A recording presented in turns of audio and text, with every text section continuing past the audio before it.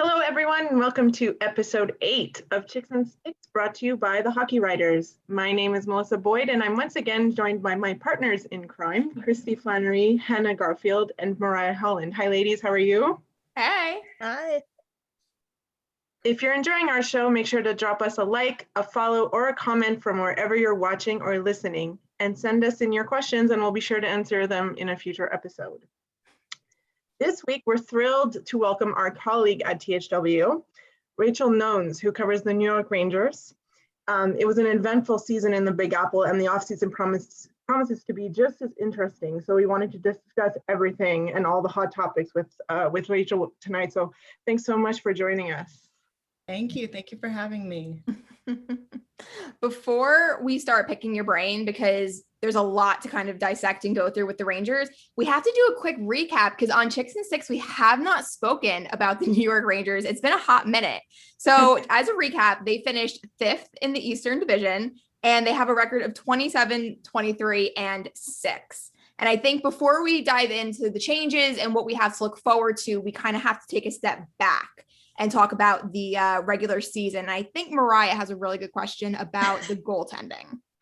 Yeah. What are your thoughts on their goaltending situation and how they handled it this season? Alexander Georgiev played in 19 games and Igor I'm going to say it wrong. Shesterkin played in 35. Will they have an undisputed number one next season? I think so. I think obviously it's going to be a very big year for both of them. You know, they're guys in a similar position where they're both fighting for that number one spot. I think a lot of people think that Shesterkin has it immediately, but I think that Georgiev's not really going to give up that number one spot right away. Yeah. They're similar in age. They're similar in kind of their strengths. So I'm not really concerned with how it is. Obviously, with the new coaching situation, there's going to be a big difference in how the goaltending is going to be split up. So I think it just really depends how Gallant's going to handle that situation. But I'm really excited for Shesterkin. I think it's going to be a really big year for both of them. And also kind of talking about, pivoting a little bit away from the on ice, this past season was really dominated by some off ice stories for the Rangers, from the Tony DeAngelo situation to the Panarin situation to the team statement after the Wilson non-suspension. And so do you think these stories are going to have any effect on the next season, or are they going to kind of stay in this past season? So hopefully I think that it's not going to carry over the negatives from it at all. But I know, like Ryan Strome said in his end of season interview, that all of these things that the team went through made them stronger and closer. So you can only hope that going forward, they're going to keep that kind of mentality up. But that being said, they do have the summer off, which can be good because then they kind of just can relax and evaluate. And hopefully not have to go through any other surprise events or anything like that. But I think they're just going to take the best of what they learned and just apply it to next year. I think they can all pretty much look forward to a less hectic year, which is, a good mindset to go into with just everything that happened. And kind of glad that they didn't really have a shot at the postseason. That way they kind of can just chill out after the season that they just had, and just so many things that happened after each other. Do you think that those stories affected their on-ice performance? Like, how much of a distraction, because it was multiple stories throughout basically the entire season from beginning to end. Do you think they were a distraction for the players at any point? I don't know how much it might have been a distraction or how well they would have been able to mask that, but you could see after the first really big incident, which I would say would be the Tony DeAngelo situation, you could kind of tell. I think they had like a string of wins after that, and you could just tell that paired with the winning, just everybody looked a lot more relaxed and more happy, and you could tell that they just felt more comfortable together, I think. Yes. So that was nice to see, even though that streak didn't really last that long. But, it's so hard to tell what's going on in the locker room, and you hear how he's one type of person in the locker room, and it's just hard to tell. But when you see them come out like that after something happens and they're kind of looking better than they did before something, you kind of have questions about that. Sure. So now that the dust has settled a little bit, and as you said, gonna look forward to the summer, new coach, new GM. Now it's what are they gonna do with the roster a little bit and what they're gonna do this off seasons. So one of the things that was brought up at the end of the season was their lack of physicality, their lack of toughness, let's put it that way, I guess. How do you think they're going to go about addressing that, or which players would you target to maybe help in that area?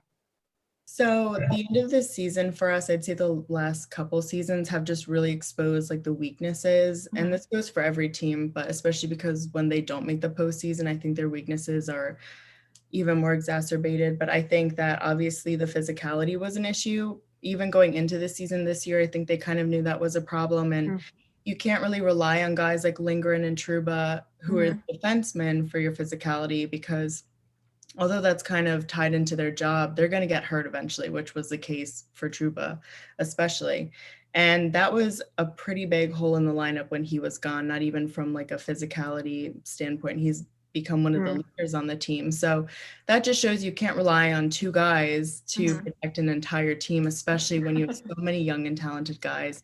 The Panarin situation really highlighted that too. But thankfully, like none of the rookies were really targeted in terms of injuries.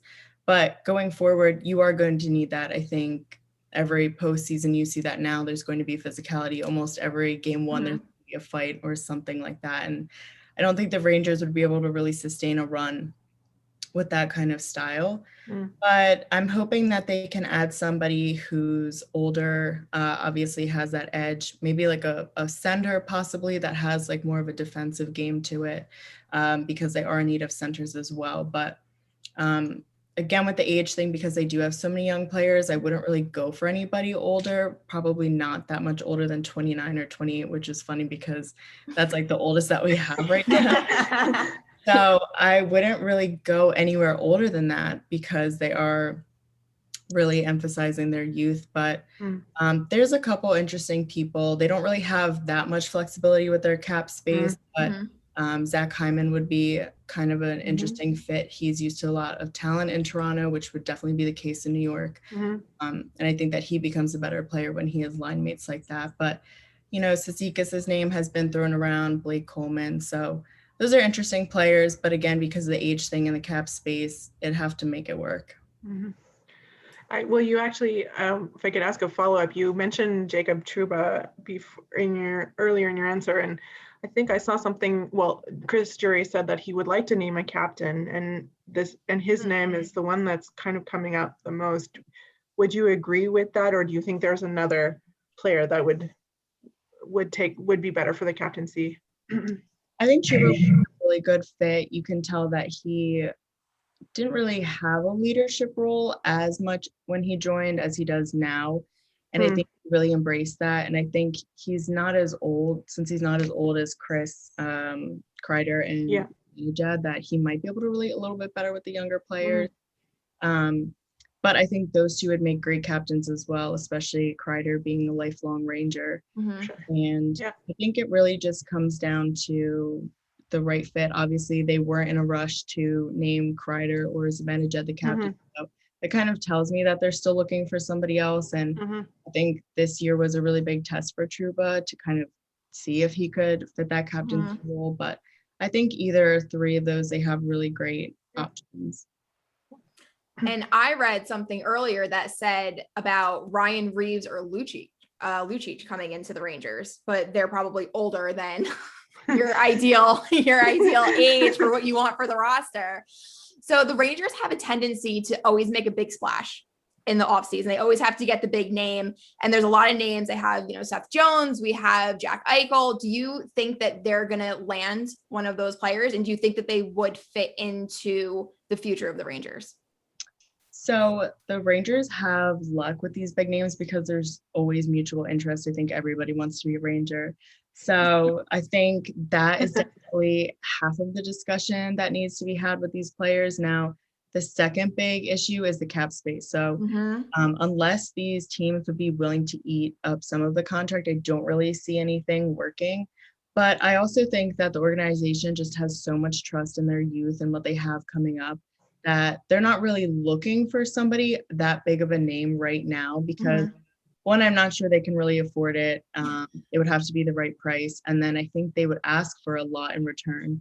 And although we have a lot of prospects that can be really good trade chips, I'm not sure how many of them they're willing to part with because they are so confident in what they have stockpiled. So unless it's like a perfect trade that just makes sense for each sides, I don't think that they would really go for any of those big names. Yeah. But it's funny. I was thinking about like when Ryan Reeves was leaving Pittsburgh, I was like, oh man, I would love to have him as a Ranger. And this was a few years ago, and I'm still hoping for that. But I think he could fit in. It would be kind of like he would stick out, obviously, because he's really, really physical. And I think your next physical guy is Trouba. So it would be interesting. Yeah. But in terms of the other guys you mentioned, I think they would have a better shot at fitting in, but I don't know how likely it would be that they would come to New York. Yeah. I would cringe for my Devils if Reeves and Wilson were in the same division as Jack Hughes. We would be in a whole lot of trouble. So we normally talk about it at Christmas time, but do you have a wish list for the off season for them? So the first thing that comes to mind is cap space. I wish we had a better situation coming up, especially because we do have so many young guys that we need to sign longer term. Then you have Zibanejad and other guys like that who are going to need contract extensions too. So I would like to see a little bit more opportunities given to the younger guys, but I think that goes into the whole coaching situation. I think Galant's going to come in and really help out with that, kind of give more opportunities to the players than David Quinn was able to do. But they're still going to need to earn that time. So I'm just excited to see how the young guys do.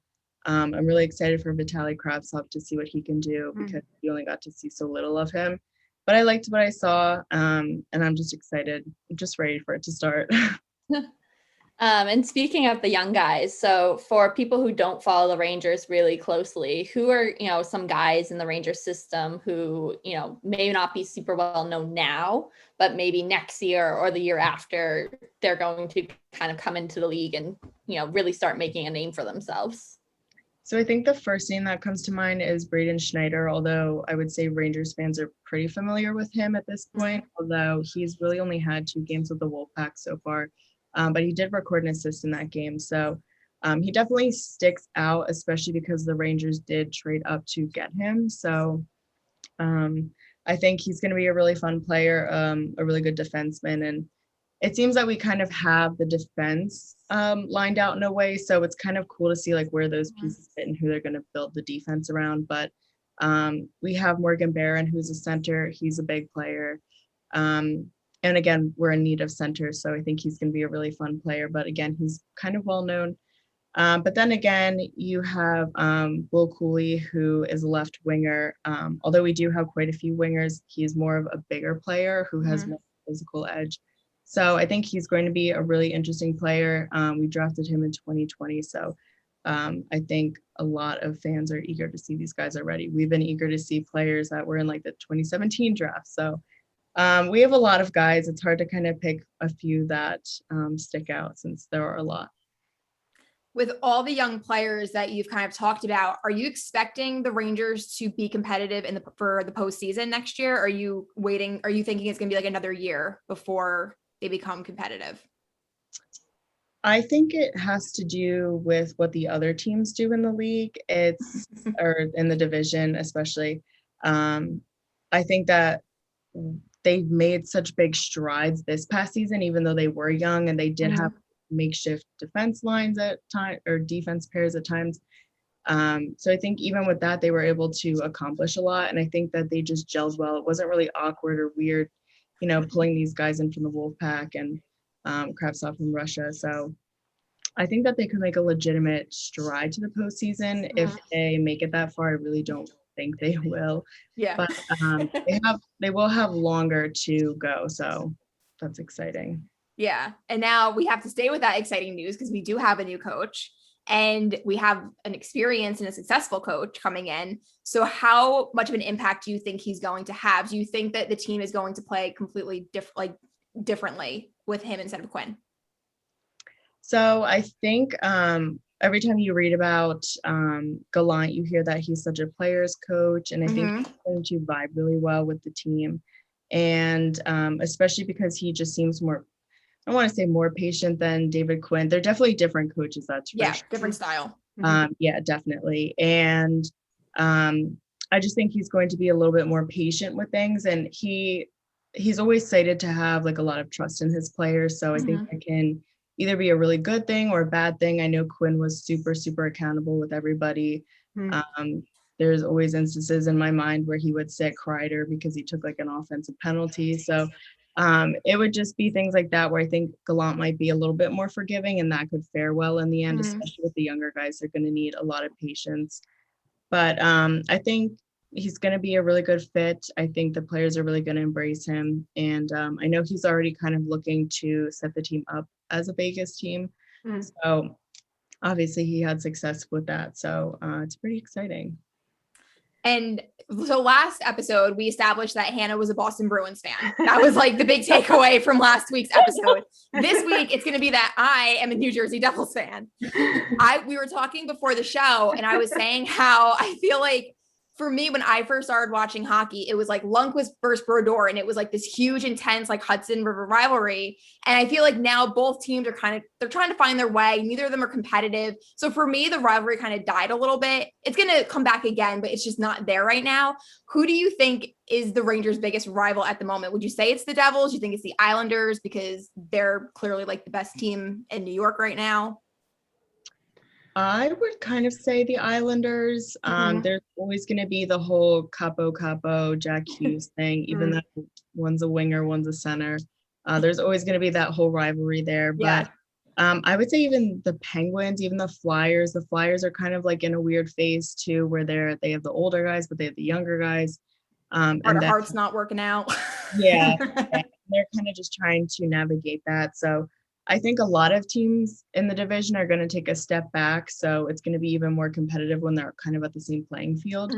But I just think because they had such a rough time against Pittsburgh, and they didn't really have such a rough time against the Flyers, I don't think that's going to play much into a rivalry there. But Islanders, as always, that's going to be interesting. But I would say Isles and Pens. Okay. Well, I have to give you credit, Rachel, because you actually wrote an article for THW indicating that you thought that Gerard Gallant was the perfect fit for the Rangers, and it happened. So I hope you got some kind of check for that, or some kind Rangers need to hire you. Yeah, like a call from Chris Drury or something. But yeah, I also know that you are a fan of the Golden Knights and the Penguins, I believe, if I'm not mistaken. So I have to ask you, well, first of all, do you think Vegas is going to be able to extend the series tonight against the Canadiens? Keep in mind, I am a Habs fan. Be very nice to Mal. Be nice. And also who you think will face off in the Stanley Cup final and ultimately win it.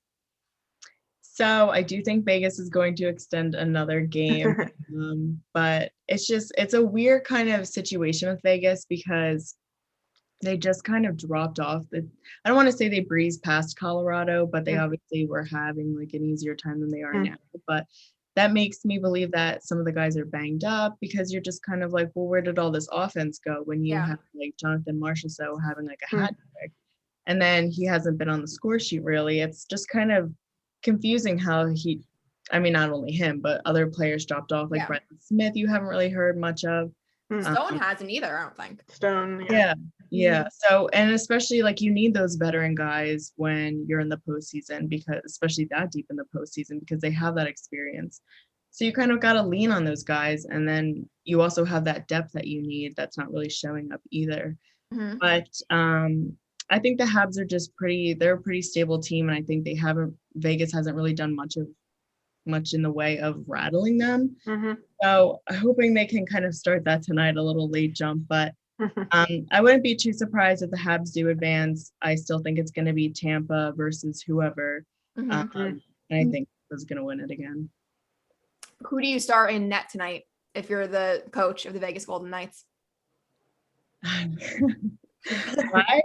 I probably Leonard, but I do know that whole thing where he was reading what people were saying on him about social media with Twitter. But now that he won, I think everybody's like congratulating him. So I don't know how much motivation that's going to be for him. However, I do love Fleury, so I would love to see him in net tonight and just completely shut it out and just get to another game. But I think Leonard's a pretty good choice. You know, he just came off that game too. So yeah, I would see if he could keep it going. Well, see, you should have a NHL job because he is starting tonight. It is confirmed. So, see, call Rachel, guys. And Mel, who would you rather face in the Stanley Cup final? No, in goal. Would you rather have Leonard in net or Fleury? I know. In goal. You know what? It doesn't really matter. I don't think because. For the Habs, Rachel actually summed up the series pretty well from the Vegas perspective. I mean, the Habs are based on a really team structure, and if the team structure is successful, then they will get their goals regardless of who is in net. Yeah. I will say, obviously, there is some disappointment here in Montreal. I can tell you that Marc-Andre Fleury is not starting just because of the magnitude of the game. In Montreal, it is the national holiday here as well, so it's people are a bit disappointed. But I think I like Rachel. I think most of us would have guessed that Leonard was going to start. Yeah, and then I was going to ask you guys this last week, but I forgot to.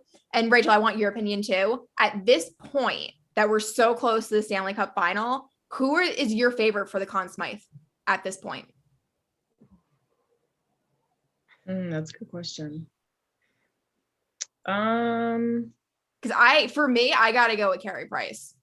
I was gonna say if Montreal makes it to the finals, then even if they lose, Carey Price has a great it's a great story. Yeah, it's a great story, and it's a great reason to get it. He's so good this postseason. But then you have to make an argument for Braden Point. Like there is somebody from every team. Who would you pick for Vegas? Would you pick Pietrangelo? I don't know.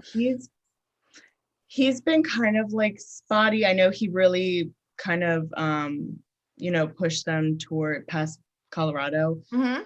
But just because he's kind of like fell off, it's so hard. Yeah. I feel like there's one specific player for the other three remaining teams that you can kind of like automatically it comes to your head. And then I thought about Vegas and I said, there's not a player that jumps out at me.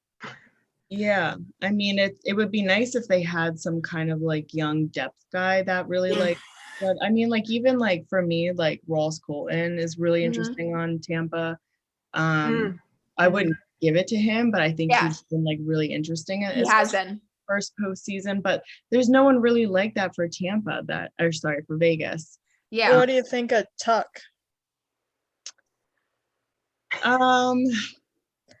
I don't know. I feel like he's too much in the background.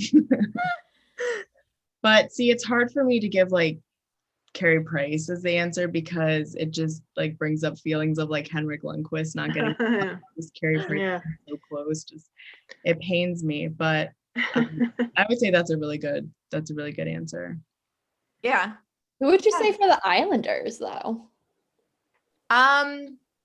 Oh God, what the hell is the Varlamov? Probably. No, I actually, who was the defenseman that made the really amazing save? Ryan Pulock, right? I think, I feel like I would kind of give it to him, I think he was kind of like the standout because it's been like consistent for him. But yeah, Varlamov would be a good one too. I think Price and Braden Point are really like the two. Yeah, I think those are like the big two that I don't know who can catch up to them at this point in time.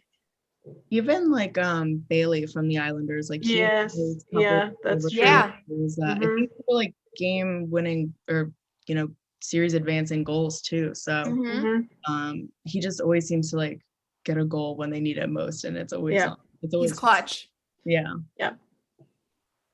And Rachel, where can people find you on social media and follow your psychic articles that you seem to be writing all the time? So I usually use Twitter, and it's kind of weird because I'll like have tweets too, and they came true too. Like there was this one game where I said like I think Chris Kreider's gonna score, and he was like the first goal, and I was like, it was just so weird, like just such a random like kind of intuition thing. But Twitter I use a lot, probably the most. So I would just Twitter. And what's your Twitter handle? It is Rachel NHL. Super easy. Oh, that is straight to the point. Yeah. I like it. I like it. Well, unfortunately, that's all the time we have for this week. That was a ton of fun. Thanks for all the great insight on the Rangers, Rachel. And I'm sure it'll be an eventful offseason for you covering them. Thanks. Yeah, so we hope you come back. So good luck with your offseason coverage. You've already got a lot of good stuff to get into, so it's good. And of course, thanks to, as always, to Kristy, Hannah, and Mariah for joining me. And a special thanks to all of you for watching and listening. Be sure to check us out, check out all the great shows that are produced by the Hockey Writers on YouTube, Facebook, and your favorite podcast platform. All our shows are also now available via iHeartRadio. And don't forget to visit thehockeywriters.com to read all the content being published daily by our awesome writers. Don't forget to follow us on social media so you're not missing anything. And last but not least, make sure to sign up to receive our daily morning newsletter called Morningscape. You can visit morningscape.io to subscribe, and you'll be able to start your day off right with all the latest hockey news. So take care, everyone. Enjoy the Stanley Cup playoffs, and see you next week.